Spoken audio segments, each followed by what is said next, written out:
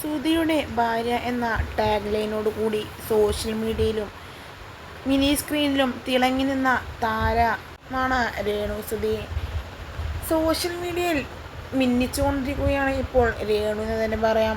ഉദ്ഘാടനങ്ങളും stage ഷോകളുമായി തകർക്കുന്ന രേണുവിൻ്റെ ജീവിതത്തിൽ എന്തൊക്കെയാണ് ഇപ്പോൾ സംഭവിച്ചു കൊണ്ടിരിക്കുന്നത് എന്ന് ആർക്കും തന്നെ വ്യക്തമല്ല.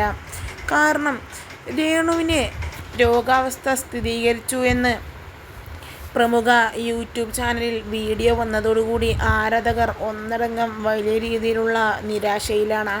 ഇതിൻ്റെ സത്യാവസ്ഥ അന്വേഷിച്ച് രേണുവിൻ്റെ അടുക്കലും എത്തി. എന്നാൽ രേണുവും ഇതിൻ്റെ സത്യാവസ്ഥ ഉണ്ട് എന്നോ ഇല്ല എന്നോ തുറന്നു പറഞ്ഞില്ല.